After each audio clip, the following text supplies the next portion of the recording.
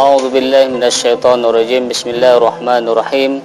Assalamualaikum warahmatullahi wabarakatuh.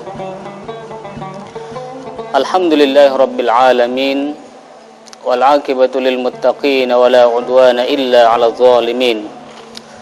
Asyhadu an la ilaha illallah wahdahu la syarika lah wa asyhadu anna sayyidana wa habibana wa maulana Mustafa Muhammad sallallahu alaihi wasallam arsalahu rabbuhu bil huda wa dinil haqq liyudhhirahu 'alad dini kullih basyiran wa nadhira wa da'iyan ila Allah bi'idnihi wa sirajan munira. Allahumma salli wa sallim wa barik ala hadan nabiyil karim wa ala alihi al-athhar wa sahabatihi al-abrar wattabi'in wattabi'it tabi'in wa man tabi'ahum bi ihsan ila yaumiddin, amma ba'd. Kaum muslimin rahimakumullah, alhamdulillah wa syukurulillah, puji syukur kita panjatkan kehadirat Allah subhanahu wa ta'ala karena berkat izin dan ridhonya pada hari ini kita masih bisa beraktivitas, masih diberikan kesempatan oleh Allah subhanahu wa ta'ala untuk menambah bekal ibadah kita menghadap Allah subhanahu wa ta'ala. Salawat dan salam mudah-mudahan terus kita bacakan kepada baginda Rasulullah sallallahu alaihi wasallam dengan harapan mudah-mudahan kita semua kaum muslimin dan muslimat mendapatkan syafaat beliau di hari kiamat nanti. Amin ya rabbal alamin. Para kaum muslimin wal muslimat dimanapun anda berada, pada kesempatan ini kita akan mencoba membahas tentang satu ayat yang sudah tidak asing di kalangan kaum muslimin dan muslimat, di mana Allah subhanahu wa ta'ala berfirman di dalam Al-Quran, A'udzu billahi minasyaitonir rajim. Bismillahirrahmanirrahim. Fawailul lil musallin alladzina hum an salatihim sahun alladzina hum yura'una wa yamna'una al-ma'un. Shadaqallahul azim. Ayat ini berbicara tentang ancaman terhadap orang-orang yang suka melalaikan salat. Di ayat ini Allah subhanahu wa ta'ala menegaskan fawailul lil musallin alladzina hum an salatihim sahun. Para ulama menafsirkan ayat ini, salah seorang sahabat Abdullah bin Abbas mengatakan bahwa wail itu adalah satu wadin fi jahannam, satu wadi, yaitu sudah disiapkan di neraka jahanam bagi orang-orang yang suka melalaikan waktu sholat. Di ayat ini Allah subhanahu wa ta'ala menggunakan kata an sholatihim, tidak menggunakan kata fi sholatihim, karena sebagian orang menafsirkan, beranggapan bahwa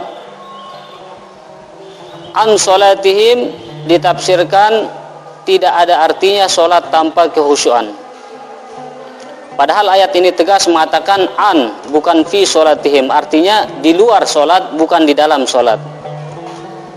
Maka Ibnu Abbas menafsirkan bahwa an sholatihim maksudnya adalah ta'khiru an waqtis sholah, yaitu mengakhirkan, melalaikan waktu sholat, bukan maksudnya tidak khusyuk di dalam sholat. Untuk menyanggah sebagian pendapat bahwa buat apa kita sholat kalau tidak khusyuk, karena Al-Quran mengatakan fawailul lil musallin, celaka bagi orang yang sholat, an sholatihim dimaknakan fi sholatihim. Tentu ini kesalahan di dalam penafsiran Al-Quran. Para kaum muslimin dan muslimat dimanapun anda berada rahimakumullah, selanjutnya kaitannya dengan sholat.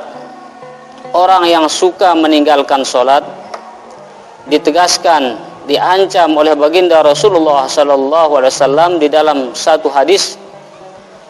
Beliau bersabda, qala an-nabiy sallallahu alaihi wasallam, idza taraka ar-rajulu fariidatan wahidatan muta'ammidan kutiba ismuhu ala babin nar fulan la budda lahu min dukhulin nar. Hadis ini menegaskan bahwa jika seseorang, siapapun dia, muslim yang sudah akil balik sampai dakwah kepadanya, meninggalkan sholat satu fardu secara sengaja muta'ammidan kutiba ismuhu ala babin nar, maka secara otomatis namanya sudah terdaftar di atas pintu neraka. Fulan la budda lahu min dukhulin nar. Catatan tersebut berbunyi bahwa si anu harus masuk ke dalam api neraka. Na'udzubillah min dzalik. Di dalam hadis yang lain, Rasulullah sallallahu alaihi wasallam menegaskan, qala an-nabiy sallallahu alaihi wasallam, la tahillu zakatu li tarikis shalah wa la tusakinuhu wa la tujalisuhu fa innal la'nata tanzilu alaihi minas sama. Rasulullah sallallahu alaihi wasallam mengingatkan, menegaskan, mengancam kepada orang yang suka meninggalkan salat bahwasanya la tahillu zakatu ala tarikis shalah, tidak halal hukumnya diberikan zakat kepada orang yang suka meninggalkan salat. Bahkan di hadis ini menegaskan lagi, wala tusakinuh, kita dilarang untuk tinggal bersama orang yang suka meninggalkan salat. Wala tujalisuh, jangan juga kita berteman atau duduk bersama mereka yang suka meninggalkan salat. Kenapa? Fa innal la'nata tanzilu alaihi minas sama, karena laknat Allah subhanahu wa ta'ala akan diturunkan kepada mereka yang suka meninggalkan salat. Para hadirin kaum muslimin wal muslimat dimanapun anda berada, jadi tentu dari hadis ini kita secara tidak langsung diberikan ilmul ghaib oleh Rasulullah sallallahu alaihi wasallam bahwasanya kondisi orang yang suka meninggalkan salat nanti di akhirat namanya sudah terdaftar di dalam atau di atas pintu neraka. Yang kedua, di dunia orang yang meninggalkan salat mendapatkan laknat dari Allah subhanahu wa ta'ala. Tetapi di sisi lain, Rasulullah sallallahu alaihi wasallam memberikan kabar gembira bagi orang-orang yang selalu memelihara salat, yang selalu istiqamah, tidak pernah meninggalkan salat fardu 5 waktu sehari semalam. Di hadis Rasulullah sallallahu alaihi wasallam disebutkan bahwa qala an-nabiy sallallahu alaihi wasallam, man shalla subhi jama'atan walam tafuthu raq'atan wahidatan kataballahu lahu bara'atan minan nar wa bara'atan minan nifaq.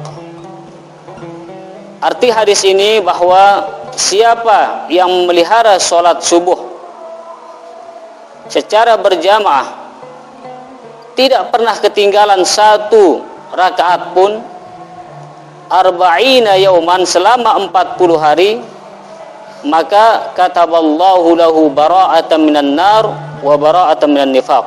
Allah mencatatnya sebagai orang yang terbebas dari siksa api neraka dan terbebas dari sifat munafik. Hadis ini mengajarkan kita untuk terus istiqomah di dalam menjalankan perintah Allah subhanahu wa ta'ala, khususnya ibadah yang sangat penting yang menjadi mizan. Di dalam hadis baginda Rasulullah SAW menegaskan, as-salatu mizanuk, salat itu adalah sebagai timbangan. Jika salat itu baik, maka baiklah seluruh amal ibadah. Tetapi jika sholat itu tidak baik, maka ini pertanda bahwa kecelakaanlah yang akan menimpa orang tersebut. Kaum muslimin dan muslimat dimanapun Anda berada, maka pada kesempatan ini kami mengajak kita semua, bagaimanapun, apapun pekerjaan kita, selama kita masih menganggap diri kita sebagai orang Islam, maka kewajiban kita harus memelihara sholat dimanapun kita berada. Apakah kita sebagai pedagang, sebagai guru, sebagai pejabat, tidak layak bagi kita yang mengaku percaya kepada Allah dan beriman kepada Rasulullah untuk meninggalkan sholat dengan alasan urusan dunia. Oleh karena itu, kami mengajak kepada kita semua untuk selalu memelihara sholat dimanapun kita berada. Mungkin pada kesempatan ini kami cukupkan sampai di sini. Mudah-mudahan uraian singkat ini bisa memberikan kita pemahaman sekaligus motivasi untuk terus meningkatkan kualitas ibadah kita, khususnya sholat 5 waktu sehari semalam. Wabillahi taufiq wal hidayah. Wassalamualaikum warahmatullahi wabarakatuh.